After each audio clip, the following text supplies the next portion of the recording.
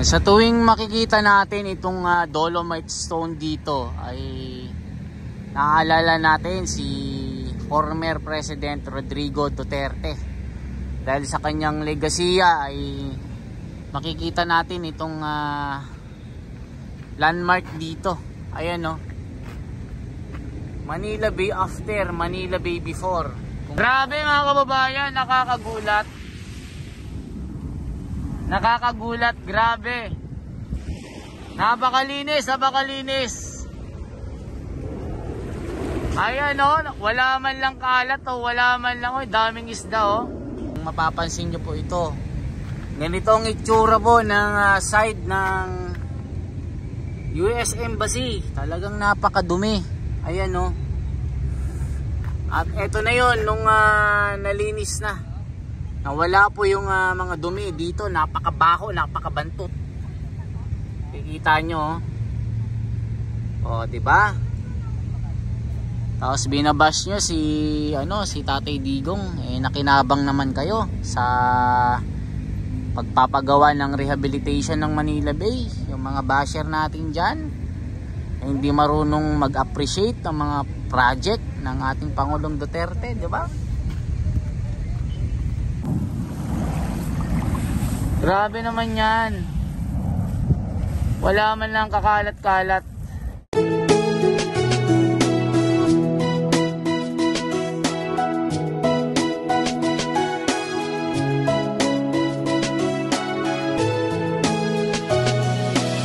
Wala daw nagawa, wala daw nangyayari. Marami ang umangal at mga nagsasabi wala daw pagbabago, wala daw nagbabago. Sino ang niloko nyo? Baka kayo naloko. Tignan nyo naman ating kapaligiran. Sino ba ang nagbalita ng walang kabuluhan? Maluwag na ang daanan, hindi na ganun ka-traffic. At sa LRT at MRT di na magpapanik. Di ka naaangal sa iyong mga daanan. Di na madumi, di na mabaho ang lansangan. Tapos sasabihin nyo na walang nagawa. Pagbabago dito sa Pinas, hindi yan himala.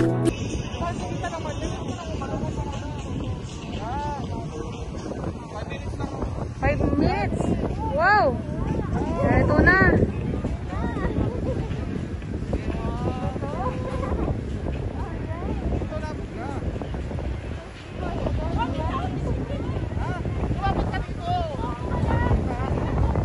Kita nyo ba?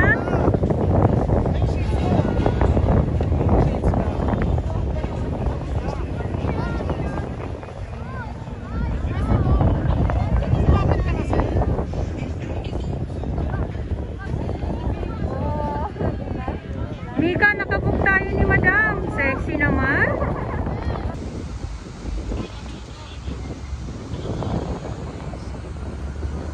Magandang araw po mga ka-wonders. Kumusta po kayo?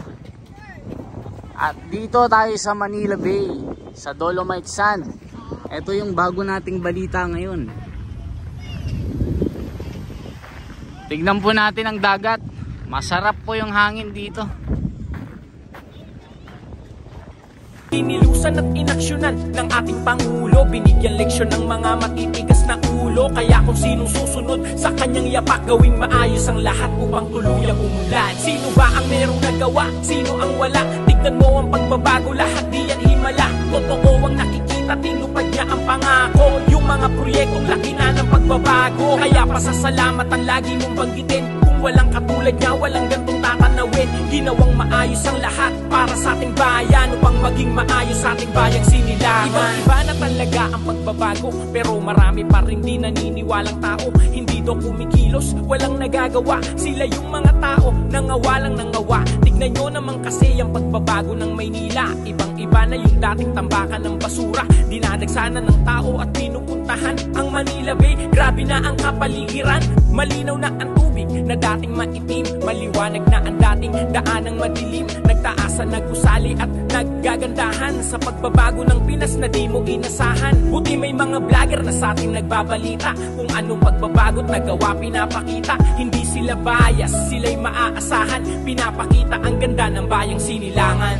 Sino ba ang merong nagawa? Sino ang wala? Tignan mo ang pagbabago, lahat di yan himala. Totoo ang nakikita, tinupad niya ang pangako. Yung mga proyektong laki na ng pagbabago. Kaya pasasalamat ang lagi mong banggitin. Kung ang walang katulad niya, walang gantong tatanawin. Ginawang maayos ang lahat para sa ating bayan, upang maging maayos sa ating bayang sinilangan. Sino ba ang merong nagawa? Sino ang wala? Katulad niya, walang gantong tatanawin. Ginawang maayos ang lahat para sa ating bayan, upang maging maayos sa ating bayang sinilangan. Gandang araw mga kababayan. Ngayon ay Mayo 27 at mapapansin natin na sobrang linaw.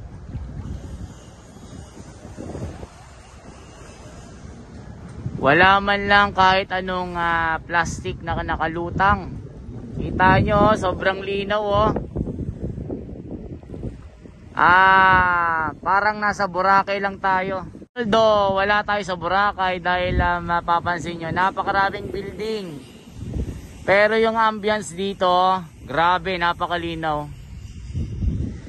At tuloy-tuloy lang ho tayo sa paglalakad hanggang sa dulo. At nag-green, nag-white po yung kulay. Ayan o. Kita nyo po mga kababayan. Napakalinaw niya.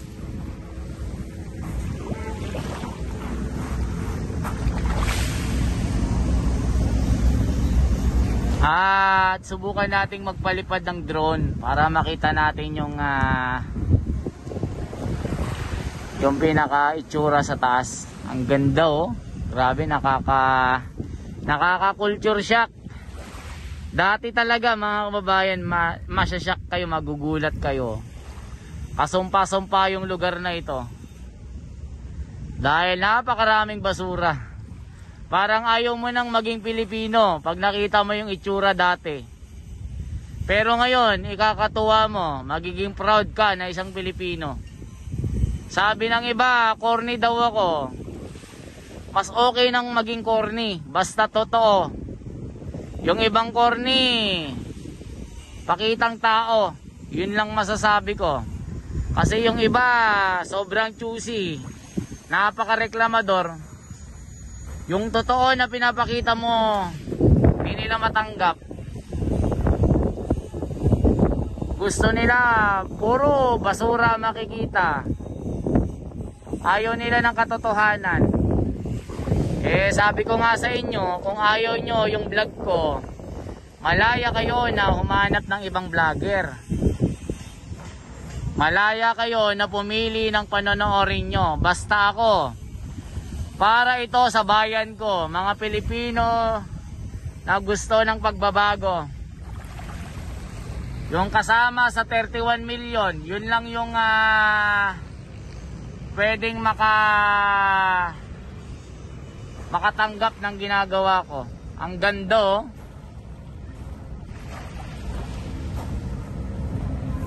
Grabe mga kababayan, nakakagulat. Nakakagulat, grabe. Napakalinis, napakalinis.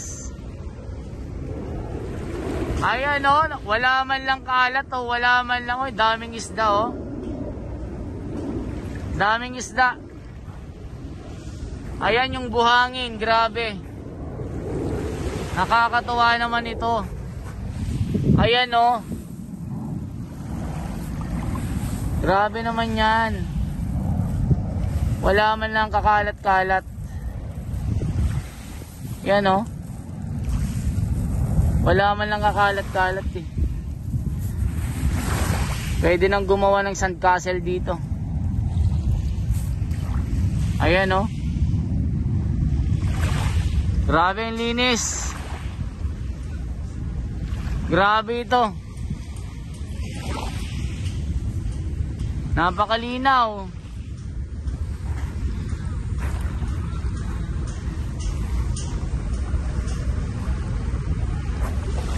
Iba talaga yung may may political will eh. Si Tatay Digong lang talagang nakagawa dito sa lahat ng mga naging presidente.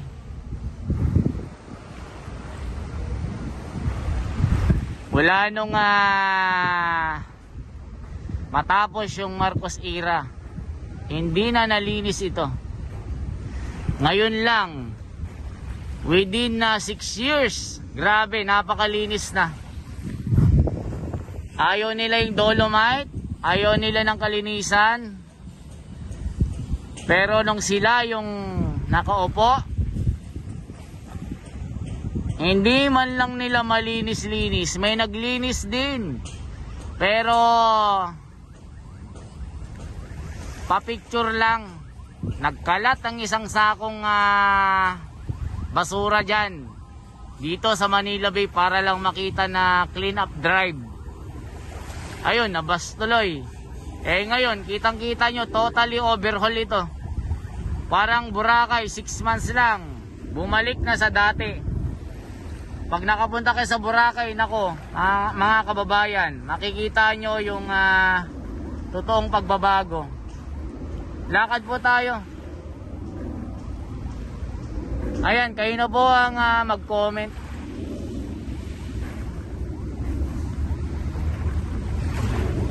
Hindi ka makakapagsalita sa linis eh. Ayan o. Mga kababayan, wala kayong makita sa mga nagbabalita.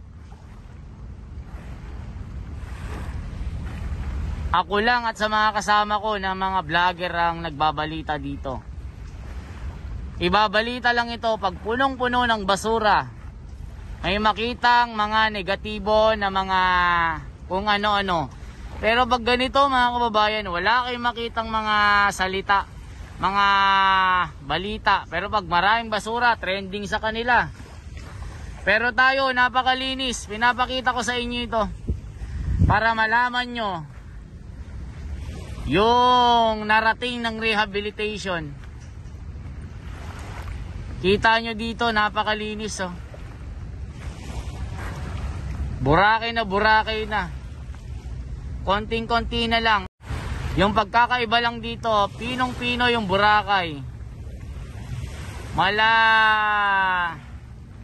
gatas ang pino. Ayan oh. Napakalinis. Ang galing-galing. Kita nyo? Linis oh. Galing no? Linaw oh. Yung alon parang umaawit lang eh.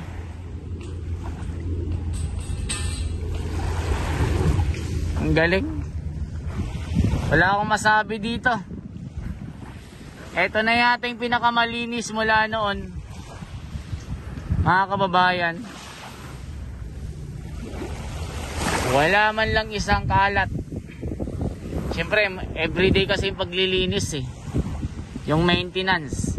Nakabantay din yung DNR, yung Manila Bay Warriors, yung DPS, laging nandyan. Yung local government, bigyan din natin ng incentive. Siyempre, nasa Manila ito. Kailangan din nilang bumuo ng pwersa. Kaya nandyan po sila. Ayan o, kita nyo. At yung mga volunteers, i-shout out din natin. Mga Filipino na sumuporta sa rehabilitation na ito, na siyang naging inisyatibo ni Tatay Digong ng Supreme Court at ng ating national government. At hindi nasayang yung budget na inilaan dito. Yung iba ayaw nila dahil daw wrong timing, dahil nagka-pandemic. Kaya sila, syempre hindi naman natin sila masisi. Iba-iba ng mga ideology sa buhay. Kaya respeto lang natin sila. Pero ang kagandahan dito, malinis ang Boracay. Boracay tuloy, Manila Bay. Feeling ko kasi nasa Boracay ako eh. Ayan oh. Mga kababayan, hindi ba kayo masaya? Hindi ba kayo natutuwa na meron tayong ganito mga kababayan? Look at that oh. Look at that. Grabe. Nakaka-culture shock. So, super linis talaga ito. So, itry kong magpalipad dito ng drone para makita natin yung ganda dito. Okay, maglakad lang ho tayo.